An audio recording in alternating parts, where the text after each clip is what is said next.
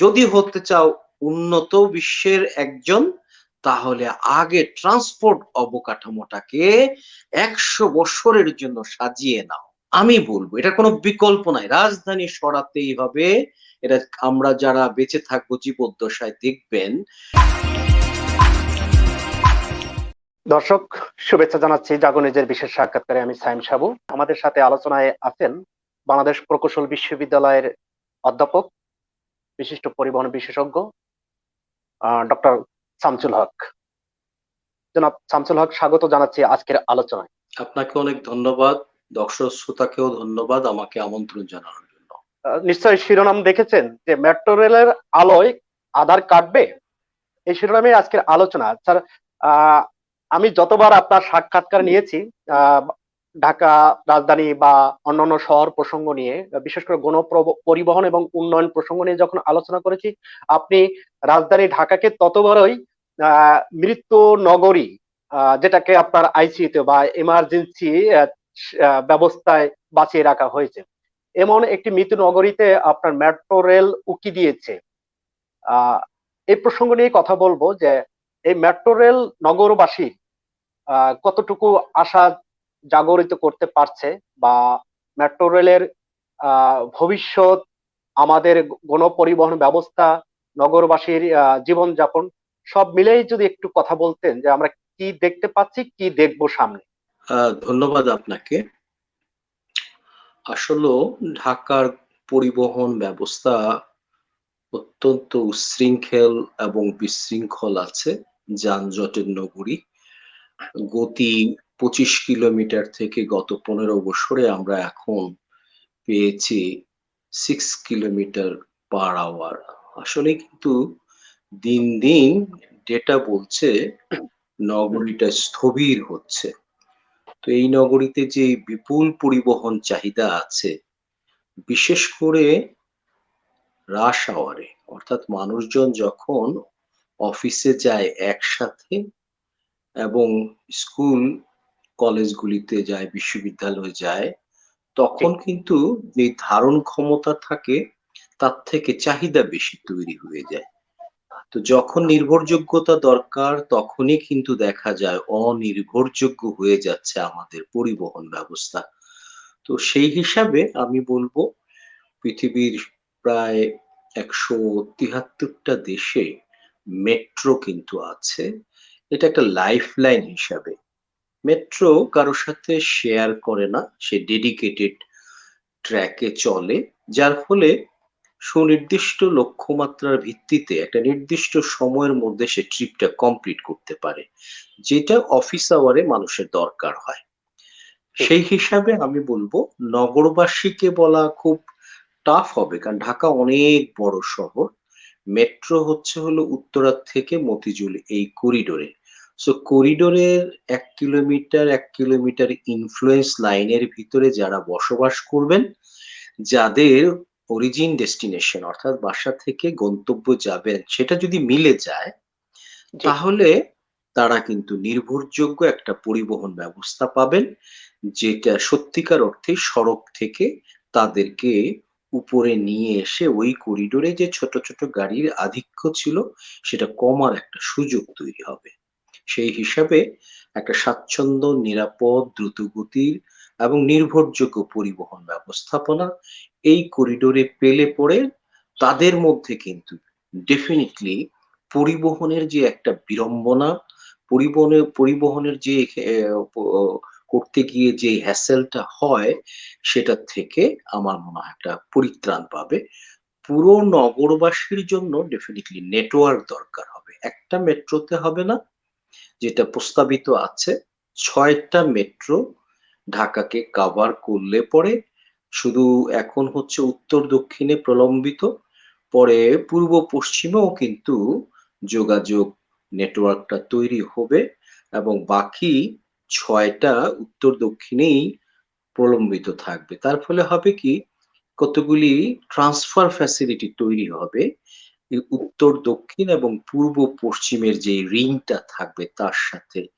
তাহলে জি, মানুষ কিন্তু যেকোনো এক জায়গা থেকে আরেক জায়গায় পুরো নেটওয়ার্কটাকে ব্যবহার করে দিতে পারবে, তখন হয়তো বলা যাবে হ্যাঁ, নগরবাসী এখন উন্নত সংস্করণের একটা গণপরিবহন পেয়েছে যেখানে সবাই অ্যাক্সেস পাবে, এবং তখনই কিন্তু হয়তো সার্বিক কোনো আমরা উন্নতি দেখতে পাবো আরকি।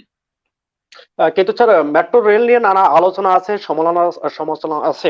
বিশেষ করে আমরা এই মেট্রো রেলের নকশাই যদি দেখি, এটার প্রথম দিকে নির্ধারণ করা ছিল যেমন ক্যান্টনমেন্ট দিয়ে আপনার যেতে দেওয়া হলো না, আরো আরো নানা আলোচনাও আছে। কিন্তু ধরে যদি কথা বলি যে আর 6টি মেট্রো রেল বা টোটাল 6টি মেট্রো রেল করার মতো বা উপযোগী পরিবেশ আছে রাজধানী ঢাকায়?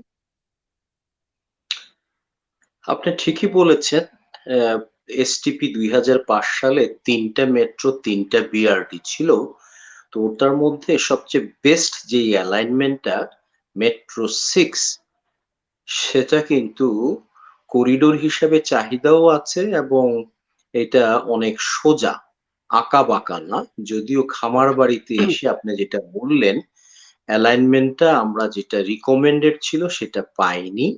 জি। যার ফলে গতিপথটা চেঞ্জ করতে হয়েছে তেজগাঁও বিমানবন্দরের জন্য।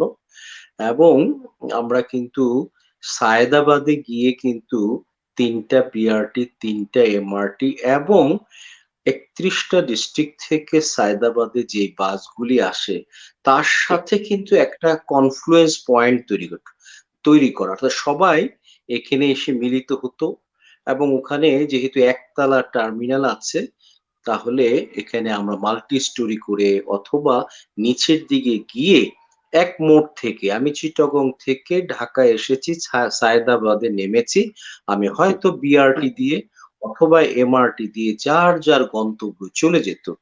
কিন্তু দুর্ভাগ্যজনক হলো সত্যি ওই অ্যালাইনমেন্ট বরাবর যখনই মেয়র মোহাম্মদ হানিফ ফ্লাইওভার হানিফ তৈরি ফ্লাইওভার, জি। হল, তখনই কিন্তু পুরো যে রূপরেখা ছিল একদম জলাঞ্জলি দিতে হলো। আমি জানি না এটা কিভাবে সরকার ডিসিশন নিয়েছে।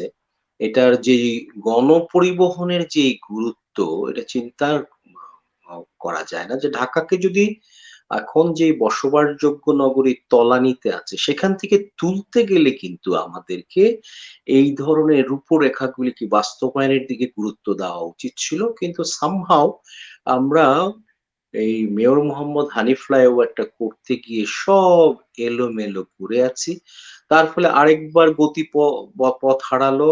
হারিয়ে শেষ পর্যন্ত বাংলাদেশ ব্যাংকের শাপলা চত্বরে গিয়ে এখন সাসপেন্ডেড অবস্থায় ঝুলে থাকবে। চেষ্টা চলছে কমলাপুরে গিয়ে একটা ট্রান্সফার হাব তৈরি করা। জানি না কতটুকু এখানে করা সম্ভব, কারণ রেলেরই কিন্তু প্রচুর প্রজেক্ট আছে, এবং সেদিক দিয়ে আবার ঢাকা এলিভেটেড এক্সপ্রেসওয়ে কিন্তু আছে। তো সার্বিকভাবে আমাদের মেট্রো বেস্ট অ্যালাইনমেন্টটা নিয়েও ৩ বার আমাদের গতিপথ চেঞ্জ করতে হয়েছে। যার ফলে আমরা অনেক দেরিতে আমরা এখন বাস্তবায়ন করছি। সো বাকি এখন রিভাইস এসটিপি তে যেই বিআরটি গুলি ছিল সেগুলিকেও কিন্তু কনভার্ট করে এমআরটি তে নিয়ে আসা হচ্ছে। তাদের যেই অ্যালাইনমেন্ট আছে অত্যন্ত জটিল অ্যালাইনমেন্ট। তো সেই হিসাবে গভর্নমেন্ট যেখানে, যেখানে জটিলতা পাচ্ছে সেখানে প্রস্তাব করা হচ্ছে সেই জায়গায় মাটির নিচে চলে যাবে। যাতে জি। করে অন্য কারো সাথে সাংঘর্ষিক অবস্থায় না পড়ে। তবে বাস্তবতা হলো আমাদের এখানে ডেফিনিটলি কনস্ট্রাকশন এর সময় এই বিল্ট আপ এরিয়াতে যেখানে অত্যন্ত কি বলবো জনবহুল একটা দেশ বা রাজধানী, সেখানে আন্ডারগ্রাউন্ড এ কাজ করতে গিয়ে অনেক বড়, বড় চ্যালেঞ্জের সম্মুখীন হতে হবে। ডেফিনিটলি অ্যালাইনমেন্ট গুলিও কিন্তু অতটা ভালো না, অত সোজা অ্যালাইনমেন্ট না। তো সেই হিসাবে আমি বলব আমরা প্রস্তাব করেছি আরো ৫ টা, এবং কিছু অংশ মাটির নিচে যাবে। তো আমরা কিন্তু ডেস্কটপ এনভায়রনমেন্ট এ সুন্দর, সুন্দর দাগ দিয়ে কিন্তু পরিকল্পনা করে ফেলি। কিন্তু জি। বাস্তবায়ন করতে বাস্তবে। গিয়েই কিন্তু আমরা দেখি আসল বাস্তব সমস্যাগুলি আমাদের চোখের সামনে আসে। আদারওয়াইজ মেট্রো উত্তরা 3rd ফেজে তো কোনো সমস্যাই নাই, রোকেয়া শরীয়তুলের সমস্যা নাই। তাহলে এই প্রজেক্ট করতেই যদি আমাদের এত সময় লেগে যায়, তাহলে বাকিগুলি বুঝতে হবে। তবে স্যার, একটা ঠিক, আমরা এই যে উন্নয়নের এই ভোগান্তি নিয়ে একটু পরে আসবো, যে একটা মেট্রো রেল আমরা চূড়ান্ত মাত্রায় রূপ দিতে গিয়ে আমাদেরকে 10 বছর বা তারও বেশি সময় অপেক্ষা করতে হচ্ছে। তার আগে আমি একটু জানতে চাচ্ছি, যেটা বলছিলেন যে মেয়র মোহাম্মদ হানিফ ফ্লাইওভারের প্রসঙ্গ ধরে যেটা কথা বলছিলেন, তার আগে বলা যায় যে ঢাকা নগর নিয়ে সরকার বা আপনাদের যে পরামর্শ, এখানকার গণপরিবহনের উন্নয়ন, মানুষের জীবনযাত্রার মানের যে উন্নয়ন, সেই উন্নয়ন প্রশ্নে আপনার মেয়র হানিফ ফ্লাইওভার এক প্রকার বিস্ফোরা হয়ে দাঁড়িয়ে আছে। আমি বলবো যে আমাদের ঢাকা শহরকে বসবাসযোগ্য নগরী করার জন্য সরকার একটা বাইবেল তৈরি করে, যেটাকে বলা হয় স্ট্র্যাটেজিক ট্রান্সপোর্ট প্ল্যান, কৌশলগত পরিকল্পনা পত্র। এবং জি। ওখানে অনেক প্রজেক্ট দেওয়া ছিল ধাপে ধাপে, প্রথম ধাপে কোনটা হবে, দ্বিতীয় ধাপে কোনটা হবে, তৃতীয় ধাপে কোনটা হবে, এবং এগুলি প্রত্যেকটা কিন্তু বিজ্ঞান ভিত্তিক। কেন? ডেটা নেওয়া হয়েছে, ডেটা নিয়ে যা করণীয় সেগুলির সুপারিশ গুচ্ছমালা দিয়েছে, তবে বাস্তবায়নের কতগুলি ধাপ দিয়ে দিয়ে হয়েছিল। কিন্তু একবারও লক্ষ্য করে নাই যে মেয়র মোহাম্মদ হানিফ ফ্লাইওভারটা করলে পরে এসটিপি তে যেই রূপরেখাটা দেওয়া আছে সেইটা বাস্তবায়ন করা যাবে না। সম্ভব না। অ্যাটলিস্ট সাংঘর্ষিক কন্ডিশনটা যখন হয়, সংঘর্ষ কিন্তু এটাকে অ্যাভয়েড করা যায়। কারণ জাপানেও আছে, অন্যান্য দেশেও আছে, এক খুঁটিতে ৫টা প্রজেক্ট করা যায়। কিন্তু হ্যাঁ। আমাদের এখানে এক খুঁটিতে একটা প্রজেক্ট করে ফেললেই বাকিগুলির আর কোনো সম্ভাবনা থাকে না।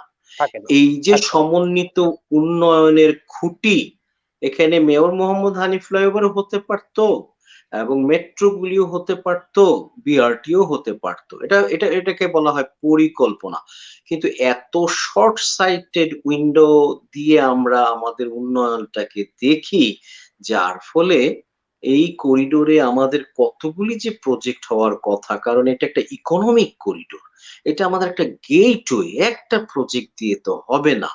সো সেই হিসাবে আমরা ওই যে বললাম, একদম না বুঝে না দেখে, আমার হাতে দলিল আছে এই শহরটাকে কিভাবে আমি ধাপে ধাপে উন্নত করব, যানজট কমাবো, সেটার দিকে না দেখে, এবং সত্যিকার অর্থে আমরা কিন্তু শাউট করেছি, অনেক বলার চেষ্টা করেছি, কিন্তু তাহলে স্যার, পরিকল্পিত।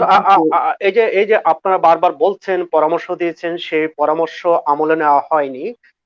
যেটা বলছেন যে একটি খুঁটির উপরে 5টি পরিকল্পনা বা উন্নয়নের আহ চিত্র আমরা দেখাতে পারি বা হতে পারতো, না হয় একটি খুঁটির উপরে একটি ফ্লাইওভার বা যে কোনো সিদ্ধান্ত নেওয়া হচ্ছে।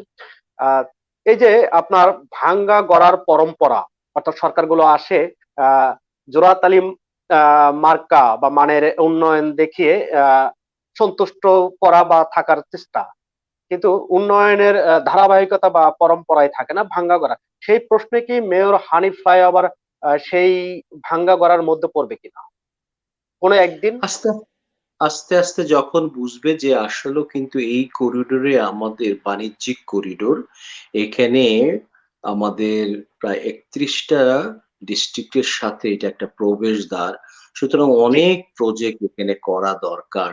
তো সেই হিসাবে এটা এখন একটা পিপিপি প্রজেক্ট, পিপিপি প্রজেক্টের কিন্তু সার্বভৌম একটা গ্যারান্টি দেওয়া থাকে, সুতরাং এই অবস্থায় কিছুই করা যাবে না। তবে হোঁচট খাবে, বুঝবে যে এটার বিকল্প কিন্তু আমাদের আর কোনো করিডোর নাই। তো সেই হিসাবে আমি বলবো, সরকার থেকে, সরকারের যে সংশ্লিষ্ট প্রতিষ্ঠানগুলি আছে, যারা অ্যাডভাইস দিবে, যে আমাদের হাতে একটা দলিল আছে, দলিলের বাইরে গিয়ে কিছু কাজ করলে কিন্তু অসুবিধা হবে, এই কথাটা বলার কিন্তু পেশাদারি লোক পাওয়া যায়নি। যার ফলেই কিন্তু এই উন্নয়নটা, এটা আমি বলবো একটা ছোট্ট একটা মানে কি বলবো উন্নয়ন হয়েছে এই করিডোরে, যেটা হওয়ার উচিত ছিল সেই তুলনায়, জি। যার ফলে এটা একটা জি। ক্যাপটিভ হয়ে গেল। ক্যাপটিভ হয়ে গেল মানে ক্যাপাসিটিটা অত্যন্ত সীমিত হয়ে গেল। আমাদের আমাদের পাশেই জয়পুরা, এটা আপনি দেখলে তাজ্জব বনে যাবেন। তাদেরও এরকম একটা সাংঘর্ষিক অবস্থা হয় মেট্রো এবং এক্সপ্রেসওয়ের সাথে। একটা জি। খুঁটিতে এক উপরে চলে গেছে মেট্রো আর নিচে আছে এক্সপ্রেসওয়েটা। তো এটা তো বিজ্ঞান। বিজ্ঞান আজকে এত উন্নত স্তরে চলে গেছে। আমি কাউকে বাধা দিব না। আমি সমন্বয় করব। খুঁটিটা সরকার হুম, বানিয়ে দিব। একটা ট্রে তৈরি করে দিব। ৫ টা ট্রে তৈরি করে তোমার প্রজেক্ট তুমি এটার উপর দিয়ে যাও। তুমি যাও ওটার উপর দিয়ে। না আমার এই করিডোরে কিন্তু সবই দরকার। এই ধরনের উন্নত ফিউচারিস্টিক পেশাদারি এই ধরনের পরিকল্পনার ছাপ আমি দেখি না। শর্ট একটা দেখতে পাচ্ছেন না কেন? এই যে দেখতে যেটা প্রত্যাশিত অর্থাৎ দেখা দরকার আমাদের আহ স্বাধীনতার 50 বছর পার করছি, আমরা উদযাপন করলাম, এর এত সময়ের মধ্যে আমরা দেখতে পাচ্ছি না যারা নীতি নির্ধারক, যারা সিদ্ধান্ত দিচ্ছে, কোন দুর্বলতা বা কোথায় আমাদের ঠেকতে হয় যে সঠিক সময়ে সঠিক জায়গায় সঠিক সিদ্ধান্তটা আমরা বাস্তবায়ন করতে পারি না। আসলে আমাদের ১ম থেকেই আ আমাদের এখানে পরিকল্পিত উন্নয়নের জন্য যে পরিকল্পনা এবং উন্নয়ন একটা ইউনিট থাকা দরকার। যেটাকে বলা হুম, হয় পিএনডি, অর্থাৎ পরিকল্পনা করব, উন্নয়ন করব। এটা প্রত্যেকটা organisation, roads and highways, LGED, DTCA, এ আ ডি আ আমাদের ডিএসসি, ডিএনসিসি, এই যে অর্গানাইজেশন গুলি সবাই কিন্তু খালি বাস্তবায়ন, খালি কনস্ট্রাকশন। কিন্তু এইটার জন্য পরিকল্পনার পৃথিবী যে এটা সবচেয়ে বেশি গুরুত্ব দেয়। যে আমার জায়গা কম, পপুলেশন বেশি, প্রতিদিন ২,০০০ লোক জড়ো হচ্ছে এখানে, ২০০ টা করে গাড়ি বাড়ছে। তাহলে আমাকে এমন ব্রডব্যান্ড কানেকশনের উন্নয়ন করতে হবে যেটা ফিউচারের চাহিদাটাকেও এটাকে অ্যাড্রেস করতে পারে। কিন্তু প্রত্যেকটা অর্গানাইজেশন স্বতন্ত্রভাবে বিলাসী প্রজেক্ট নিয়ে নিজে তৈরি করে ফেলছে। যদি জিজ্ঞাসা করা হয় পরিকল্পনাটা কোথায়? সে বলবে যে আমার কনসালটেন্ট করে দিয়েছে। করে দিয়ে তো দিয়ে এসেছে এটা একটা অর্গানাইজেশনের জন্য। কিন্তু আরেকটা অর্গানাইজেশনের যে এখান দিয়ে প্রজেক্টটা যাবে এটা তো সে আর হুম, জানে না। হুম, তাহলে জি। প্রত্যেকের প্রজেক্ট যে পরিকল্পনা কমিশনে যায় সেখানেও পরিকল্পনাবিদ নাই। সো পরিকল্পনাহীন এই যে স্বতন্ত্র উন্নয়নগুলি হয়ে যাচ্ছে, একটা কিন্তু আরেকটা উন্নয়নকে বাধা দিচ্ছে। সো এইটা আমি বলবো আখেরে আমাদের পরিকল্পনাটাকে উপেক্ষা করে সরাসরি দ্রুত ডেভেলপমেন্টে নেমে যাও। ডেভেলপমেন্টে নামার পর যদি বাধা-টাধা পাও, তাহলে সময় বাড়িয়ে নিও, খরচ বাড়িয়ে নিও। এখানে কিন্তু অসুবিধা হবে না।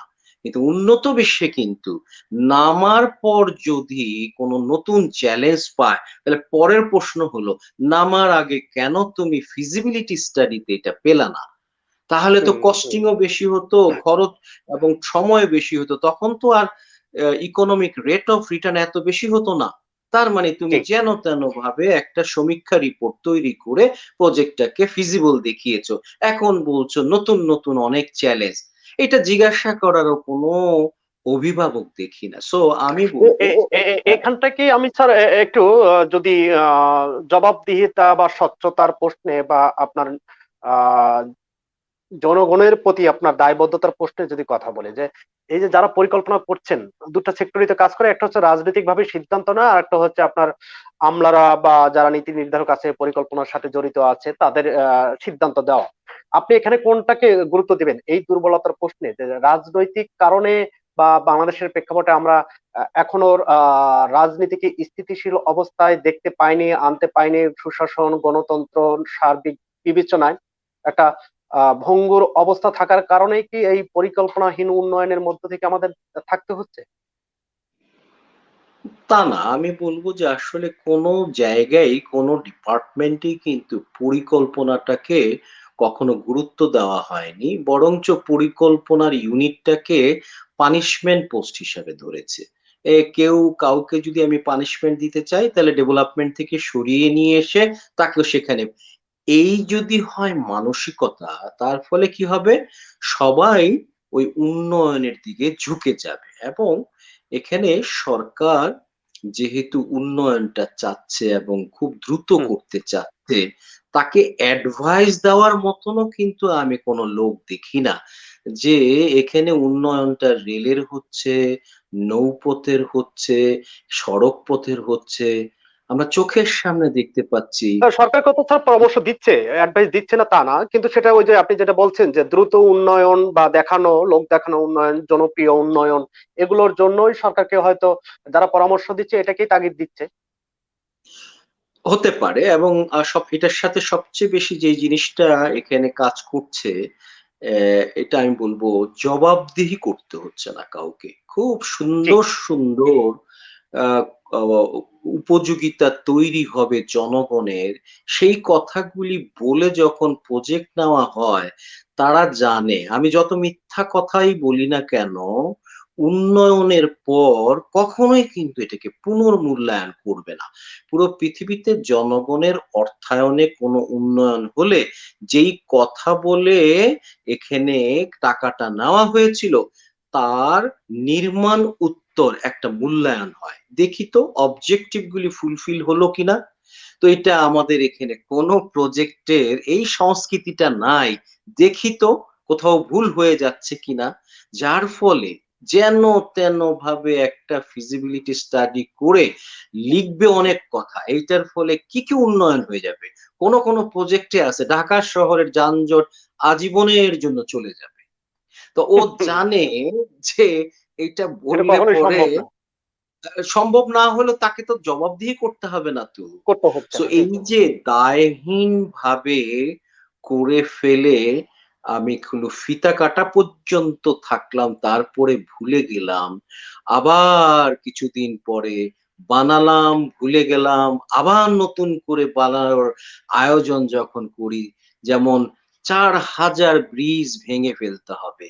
তাহলে সঙ্গত কারণে এই পরিপক্ক সরকারের উঁচু স্তর থেকে বলা উচিত, উন্নয়নের সময় ভুলগুলি কেন হলো? লিস্ট আমি জানতে চাই। ঢাকা শহরে ১৩ টা ব্রিজ কেন ভাঙতে হবে? এই ডিসিশন ২০১৩ সালে নেওয়ার পর আরো ৩ টা ব্রিজ কিভাবে হয়? স্যার, এই হ্যাঁ প্রশ্নের সেটা বলছি, উত্তরগুলি আমি আপনি জানতে স্যার একটা চাই। শব্দ ব্যবহার করছেন, সেটা হচ্ছে এই সরকার পরিপক্ক। যদি পরিপক্ক হয়, এই সরকারের আমলেও ঢাকা শহরে বিশেষ করে যদি আমি বছিলা ব্রিজ, মোহাম্মদপুরের যে বছিলা ব্রিজ সেটাও ভাঙ্গার কথা শোনা যাচ্ছে, এবং প্রধানমন্ত্রী একনেক সবাই সেটা নিয়ে আলোচনাও করেছেন। তাহলে এই যে অপরিকল্পিত উন্নয়ন, একের পর এক ভুল সিদ্ধান্ত, এতগুলো ভুল সিদ্ধান্তর পরেও সরকারকে পরিপক্ক বলা যায়? না, পরিপক্ক বলছি এই কারণে, ধারাবাহিকভাবে ৩ টার্মে আছে। সুতরাং আ আমি বলব, আ দেশ চালাতে গিয়ে অনেক অভিজ্ঞতা অর্জন করেছেন, এবং সরকারের কিন্তু সাফল্যের কিন্তু ঘাটতি নাই। কিন্তু এই ট্রান্সপোর্টেশন এ এসে এটাকেও এত সহজ সোজা ভাবে এটাকে নিয়ে ফেলা হয়েছে, যে এটাও আমি কিছু উন্নয়নের মাধ্যমে সমাধান করে ফেলবো। ট্রান্সপোর্টেশন কিন্তু উন্নয়ন করে সমাধান করা যায় না। এখানে ম্যানেজ করতে হয়। এখানে সিস্টেম তৈরি করতে হয়।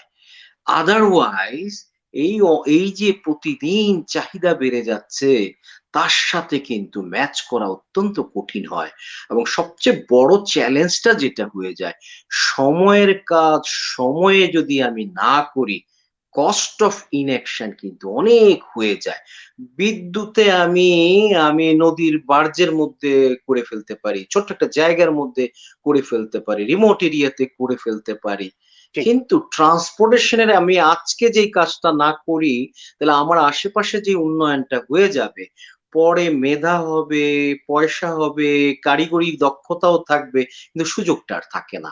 এজন্য সুযোগটা পুরো থাকে। পৃথিবীতে, বিশেষ করে চায়না, যদি হতে চাও উন্নত বিশ্বের একজন, তাহলে আগে ট্রান্সপোর্ট অবকাঠামোটাকে ১০০ বছরের জন্য সাজিয়ে নাও। সাজাতে না পারলে, এখন সাজাতে না পারলে পরে কিন্তু জোড়াতালি দিতে হবে। সাজাতে হবে এই অনেক এই এই আগে। জোড়াতালি পরিস্থিতি, এই জোড়াতালি পরিস্থিতি আমাদের জন্য কি অপেক্ষায় করছে, বা আমরা কোথায় যেতে পারি? এই যে যেটা বলছিলেন যে ঢাকা শহরের আপনার মানুষের বা পরিবহনের গতি কমতে কমতে এখন ঘন্টায় ৬ কিলো পর্যন্ত ঠেকছে বা আরো কমে যাচ্ছে। ভবিষ্যৎ কি ঢাকার মানুষের বা ঢাকার বেঁচে থাকার? না, আসলেও আমার বলার দরকার নাই। আপনি যদি জাস্ট র‍্যাংকিং গুলি দেখেন, আপনি দেখবেন ঢাকা এখন বসবাসযোগ্য নগরীর একদম তলানিতে। কেন তলানিতে আসছে? এখানে কিন্তু আপনি যেই অ্যাক্সেস গুলি পাওয়ার কথা, যেই মোবিলিটিটা পাওয়ার কথা, যে ইনফ্রাস্ট্রাকচার গুলি পাওয়ার কথা, আপনি বিলিনিয়ার হতে পারেন। আপনার হার্ট অ্যাটাক হলো। আপনি কিন্তু হেলথ অ্যাক্সেস পাবেন না এই সিটিতে। না। জি। কারণ আপনার তো রাস্তা নাই, আপনার অ্যাম্বুলেন্স আসতে পারে না। একটা ফায়ার যখন এই নগরীতে জ্বলে ধরে, হুম, তখন ফায়ার ব্রিগেডের গাড়ি রেস এগেইনস্ট টাইম সেকেন্ডে সেকেন্ডে কিন্তু ফায়ারটা ডেভেলপ করে যায়। আর ডেভেলপ করে গেলে এটাকে কন্ট্রোল করা ডিফিকাল্ট হয়ে যায়। কিন্তু ফায়ার জি, ব্রিগেডের গাড়ি আসতে পারে না। সো তার মানে হচ্ছে হলো গিয়ে র‍্যাংকিং এ বলছে দূষণে অনেক আমরা দূষিত শহর হিসাবে আসছে। একটা গ্যাস চেম্বারের মধ্যে আছি। পাশাপাশি যানজটে আমরা অত্যন্ত নাকাল হয়ে একটা অনির্ভরযোগ্য একটা শহর হয়ে আছে। সেই হিসাবে আমি বলব, এখানে কিন্তু কত কিছু যে করণীয়, সবকিছুর জন্য যে পয়সা দরকার তা না কিন্তু। জি, এসটিপি তে কিন্তু দরদের কাজগুলি, লো কস্ট এর কাজগুলি ১ম স্তরে করতে বলা হয়েছিল। যেমন মেট্রোতে যেতে বলা হয় নাই ১ম এ। মেট্রো তো আর ডোর টু ডোর ফ্যাসিলিটি দিবে না। জি, বাসা থেকে স্টেশনে আসার জন্য ফিডার সার্ভিস গুলিকে আগে, এখন আছে উচ্ছৃঙ্খল, বিশৃঙ্খল, খণ্ডিত মালিক নির্ভর। এখানে বাস রুট ফ্র্যাঞ্চাইজ করে একটা সুশৃঙ্খল করা। তো এটা যদি সরকার চায়, আমি আগামী ৬ মাস পর একেকটা করিডোরে একেকটা অপারেটরের বাস চলবে। তার থেকে আর বেশি কাউকে চলতে দেব না। যেটা হাতিরঝিলে জি, হয়েছে, যেটা ঢাকা চাকায় হয়েছে। এটার জন্য কিন্তু খরচ দরকার নাই। এটার জন্য কিন্তু বিনিয়োগ দরকার নাই এবং সময়ও দরকার নাই। এটা একটা পলিসি সাপোর্ট। এবং যারা এফেক্টেড হবেন, সরকার প্রজেক্ট করতে গিয়ে ক্ষতিগ্রস্তদেরকে যেমন খুব লিবারালি এই সরকার ক্ষতিপূরণ দেন, একইভাবে জি, যারা এখন প্লেয়ার আছে তাদেরকে সরে যেতে হবে। একটা বড় প্লেয়ারকে কর্পোরেট ইনভেস্টমেন্ট এর আমি একটা ক্লাইমেট তৈরি করতে চাই। কারণ এত অর্জনের মাঝখানে আমি শুধু এই ঢাকাকে বসবাস নগরী করতে পারছি না। সুতরাং এটা করার জন্য সরকার কিন্তু চাইলে খুব তাড়াতাড়ি পারে এবং এটার জন্য খরচ লাগবে না। কিন্তু এখানে বিশৃঙ্খলার কেউ বেনিফিশিয়ারি আছে এবং এই বেনিফিটটা এত অ্যাস্ট্রোনমিক্যাল স্কেলে তারা সরকারকে ওই বড় মেগা বিলাসী প্রজেক্ট করিয়ে সেই প্রজেক্টগুলি আবার লো কস্টে যেই কাজগুলি করলে পরে একটা সিগনিফিকেন্ট আমরা উন্নতি দেখতে পারতাম, তার প্লেগ্রাউন্ড গুলিকে নষ্ট করে দিচ্ছে। জি, ঢাকার হার্ট অফ দ্য সিটিতে ফ্লাইওভার বানিয়ে, যেটা পৃথিবীতে এখন হার্ট অফ দ্য সিটিতে যা বানিয়েছিল ভেঙে সেখানে উন্নত সংস্করণের বিআরটি চালাচ্ছে, বাস চালাচ্ছে। কেন? ৫০ জন মানুষকে আমি সোক করতে পারবো। ৫০ টা গাড়ি বাসায় থাকবে। ৫০ টা সিএনজি রাস্তা থেকে চলে যাবে। এই যে আধুনিক বিজ্ঞান আসছে সেই জায়গায় আমি খুঁটি বসিয়ে ফ্লাইওভার করে বিচরণ ক্ষেত্রটা নষ্ট করে দিচ্ছি। তার মানে নষ্ট কি? করে দিচ্ছি। অপূরণীয় ক্ষতি হয়ে যাচ্ছে। তো এসটিপি তে লো কস্ট, নো কস্ট এই কাজগুলি করার জন্য এখানে কিন্তু রাজনৈতিক পৃষ্ঠপোষকতার অত্যন্ত দরকার। কারণ সুযোগ সন্ধানীরা সবাই কিন্তু বড় কাজ করতে চাইবে, স্বাভাবিক। বিভিন্ন ধরনের সুবিধা এখান থেকে ব্যক্তিগত পর্যায়ে পাওয়া যায়। তাহলে কি স্যার সো সেই পরিবহন ব্যবস্থা নিয়ে, পরিবহন সেক্টর নিয়ে যে আপনি বলছেন বিশৃঙ্খল এবং উচ্ছৃঙ্খল ২ টা শব্দ ব্যবহার করছেন। আপনি বিভিন্ন কমিটিতে থাকেন, পরামর্শ দেন, আলোচনা করেন। আপনি কি মনে করেন যে পরিবহন সেক্টর যারা পরিচালনা করছেন বা এই সেক্টরের যারা সুবিধাবাদী, তারা সরকারের মধ্যকার একটি সরকার, যারা সরকার থেকেও মানে শক্তি ধারণ করে বা সরকারকে নিয়ন্ত্রণ করার মতো ক্ষমতা রাখে? হ্যাঁ, ট্রান্সপোর্টেশন সেক্টরে একটা সিন্ডিকেট আছে। এটা বলতেই হবে।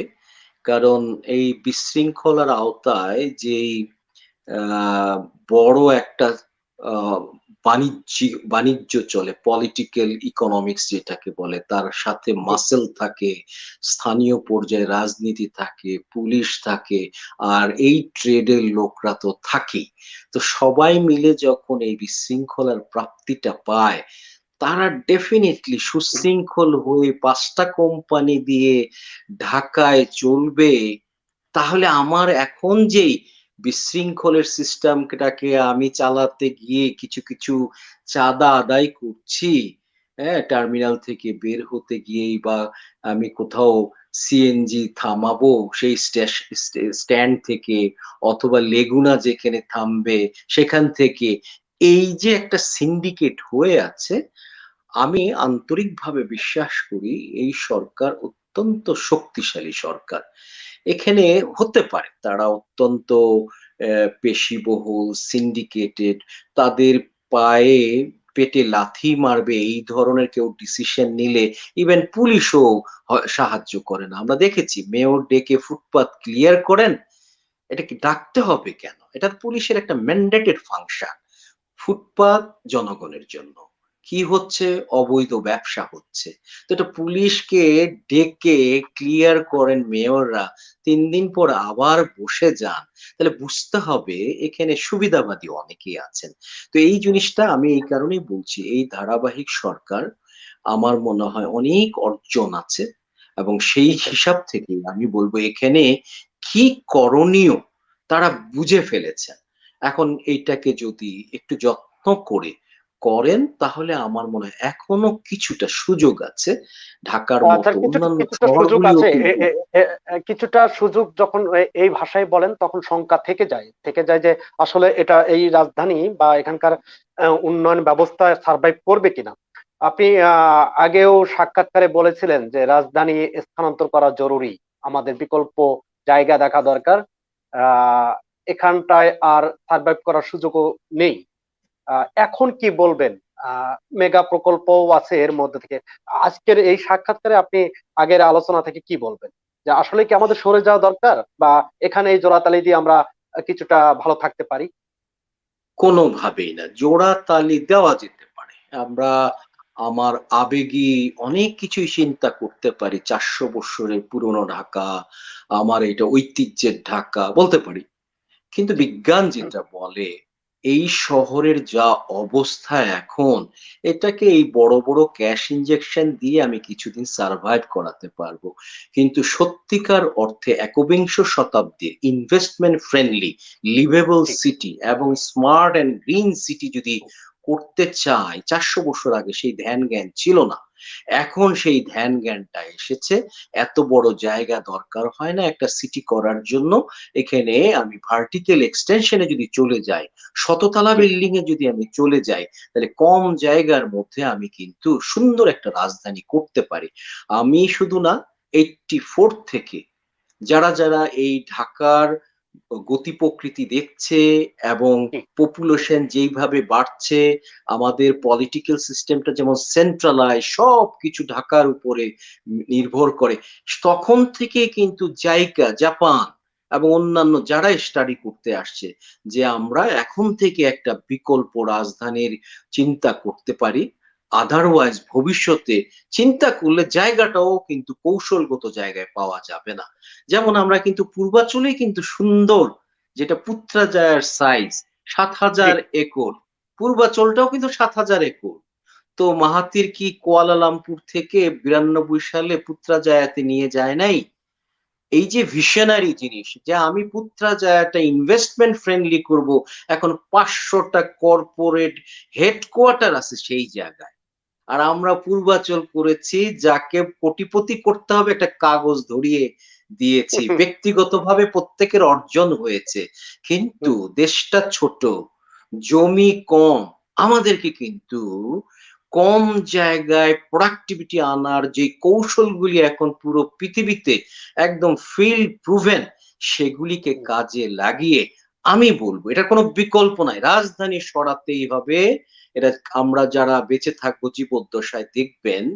কারণ একটা রোগীকে ডাক্তারের কাছে যখন নিয়ে যাওয়া হয়, রোগীর অবস্থা যদি টার্মিনাল হয়, ডাক্তার কিন্তু নিজে কথা বলে না। প্যাথলজিক্যাল ল্যাবের রিপোর্ট গুলি বা বিভিন্ন টেস্টের রিপোর্ট গুলি দেখেই না, এই রোগীকে এখন চিকিৎসা দেওয়া যাবে না। তাকে ২-৩ মাস বাসায় নিয়ে কমফোর্ট দেন। এই যে কথাটা বলছে, এটা কিন্তু তার কিন্তু অসহায়ত্ব না। রোগীর অবস্থাটা ডেটা তাই বলছে। সো আমি বলব ঢাকাকে আমরা যারা এর ডায়নামিক্সটা এবং যা অমিত সম্ভাবনাগুলি ছিল, যেগুলিকে এলোমেলো ভাবে আনাড়ি হাতে পড়ে বিক্ষিপ্ত উন্নয়নের নামে যা হয়েছে, কেউ না বুঝে স্বপ্ন বলতে পারেন, দরদ দেখাতে পারেন, আবেগ জি। দেখাতে পারেন। বিজ্ঞান কিন্তু আবেগে চলে না, ডাটায় চলে। সুতরাং আমি বলব, আমরা পূর্বাচলে প্লট দিয়ে যেই ভুল করেছি, এই ভুলের প্রায়শ্চিত্ত আমাদের করতে হবে। একটা মানুষের আবাসন সমস্যার সমাধানের জন্য প্লট দেওয়ার দরকার নাই। তা আমরা দিয়েছি। তার মানে জি। মুখে এক কথা বলি আর কাজ করি অন্য জায়গায়। সো আমি বলব রাজধানী সরাতেই হবে। ইসলামাবাদ সরিয়ে ওই জায়গায় নতুন করা হয়েছে, নিউ দিল্লি করা হয়েছে, শ্রীলঙ্কা জি। করেছে। আর আমাদের মায়ানমার কি হুম। চমৎকার নিপিড়াও করে ফেলেছে, এত সুন্দর। জি। ইন্দোনেশিয়া সরাচ্ছে এবং মালয়েশিয়া তো ৯২ সালে সরিয়ে ফেলেছি। এটা কিন্তু বিলাসিতা না, এটা হলো বাস্তবতা। আমি আগে বাস্তবতা। জানতাম না কিভাবে ছোট্ট জায়গার মধ্যে ইকোনমিক্যালি ভাইব্রেন্ট একটা সিটি করা যায়, স্মার্ট হুম। করা যায়। আমি এখন শিখেছি, সুতরাং আগেরটাও থাকবে। কিন্তু আমি আমার রাজধানীটাকে ব্যবসা বান্ধব এবং বসবাসযোগ্য বান্ধব একটা সিটি করার জন্য এখন একটা এক্সিট স্ট্র্যাটেজি। একদিনে তো আর সরানো যাবে না। কিন্তু আমি আগের থেকেই যদি কৌশলটা নিয়ে রাখতে পারি, সেটা কিন্তু একটা বিচক্ষণতার পরিচয় হবে। এবং টুডে অর টুমরো আমি বলতে পারি, এর কোনো বিকল্প হবে না ঢাকা শহরটাকে না সরিয়ে। আমরা ঢাকাকে বাঁচানোর জন্য যত বড় প্রজেক্টেই নেই না কেন, আমি বলব আমি $3 বিলিয়ন দিয়ে একটা উন্নত বিশ্বে পরিকল্পিত শহরে যে রিটার্নটা পাওয়ার কথা, আমরা কিন্তু পাবো না। জি। বরঞ্চ জি। সাইড ইফেক্ট হবে। প্রতিটার মধ্যে সাইড ইফেক্ট হবে। কেন? পরিকল্পিত না তো, আমি চাপাচ্ছি। একটা জিনিস সুন্দর লাগলো, আমি সাইজ ছাড়া কিনে নিয়ে আসলাম। আমার গায়ে তো ফিট হবে না। সো জি। ঢাকার মধ্যে আমরা যা করছি এখন চাপাচ্ছি। সুতরাং কোনটাই আর ফিট হচ্ছে ন্যাচারাল না। যে রিটার্নটা অর্থনীতিতে আসার কথা, জনসুযোগ তৈরি হওয়ার কথা, সেটা কিন্তু আসবে না। অনেক ধন্যবাদ সময় দেওয়ার জন্য।